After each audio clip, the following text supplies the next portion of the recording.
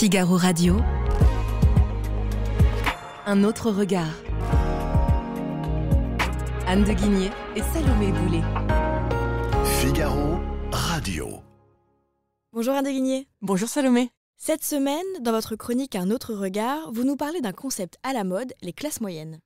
Salomé, en tout cas d'un concept dont on parle beaucoup. Je ne sais pas si vous avez remarqué, aujourd'hui on a l'impression que presque tous les partis politiques n'ont plus qu'une idée, il faut protéger les classes moyennes. Et ce n'est pas pour rien qu'ils en parlent, c'est parce que les classes moyennes occidentales ont subi une crise profonde. La mondialisation a accru donc la compétition entre les pays occidentaux et les pays en développement, et ce sont les classes moyennes qui ont le plus souffert de cette lutte, de ce combat économique.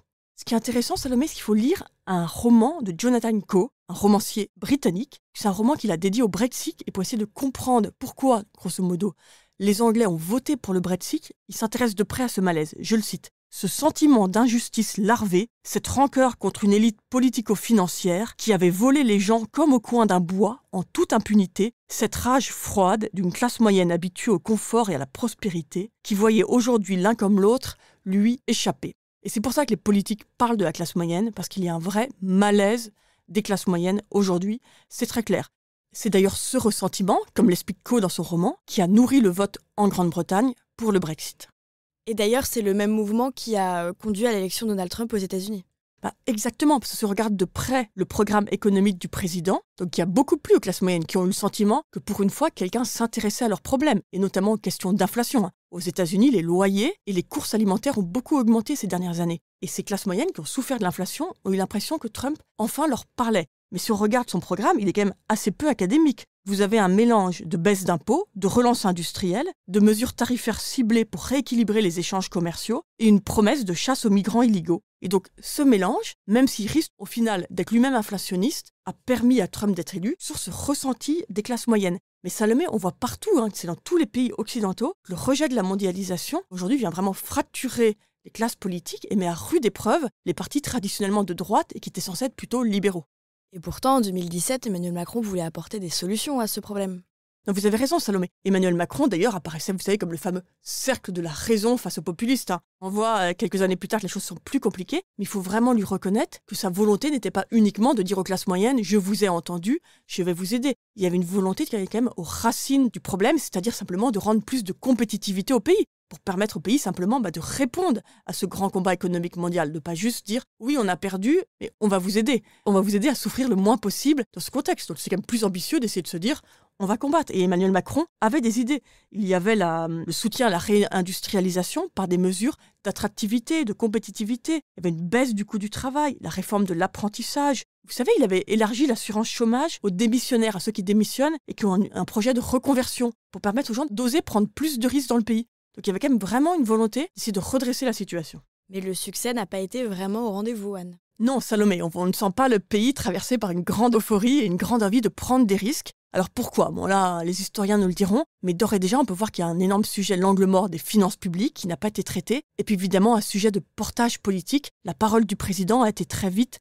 démonétisée. Et depuis la dissolution, on voit bien malheureusement que tout ce capital économique est en train de peu à peu se diluer. L'espèce de souffle de réindustrialisation qu'on pouvait voir en 2022 est largement retombé. Le chômage malheureusement remonte. Et en fait, Salomé, on a bien vu, dès la crise inflationniste, Emmanuel Macron a semblé renoncer à toute sa vision antérieure puisqu'il s'est contenté, comme les populistes, je dirais, de protéger les Français contre la hausse des factures. Donc c'était les 100 milliards d'euros de la poursuite du quoi qu'il en coûte et qu'on paie aujourd'hui extrêmement cher.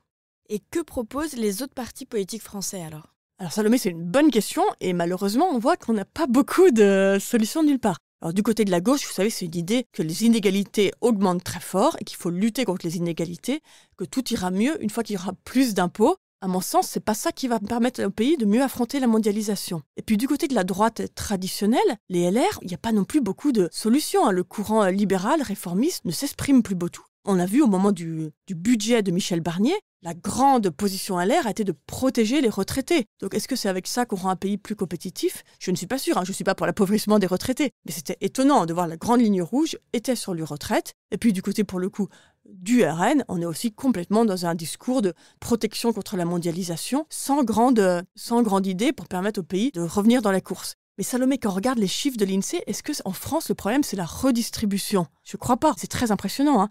Avant transfert, nous dit l'INSEE, les 10% des ménages les plus aisés disposent d'un revenu 18 fois plus élevé que les 10% les plus pauvres. Donc c'est énorme, et une inégalité très forte. 18 fois plus. Après transfert, donc d'un côté, vous avez des gens qui paient des impôts, d'autres qui reçoivent des aides. L'écart n'est plus que de 3 fois. Les 10% les plus riches ont des revenus 3 fois plus élevés que les 10% les plus pauvres. Donc vous voyez bien que ce sujet des inégalités et de l'aide aux plus défavorisés est largement pris en main en France. Donc moi, je ne crois pas que l'enjeu, ce soit d'étendre ces protections aux classes moyennes. Sinon, là, vraiment, vous n'avez plus aucun dynamisme économique dans le pays.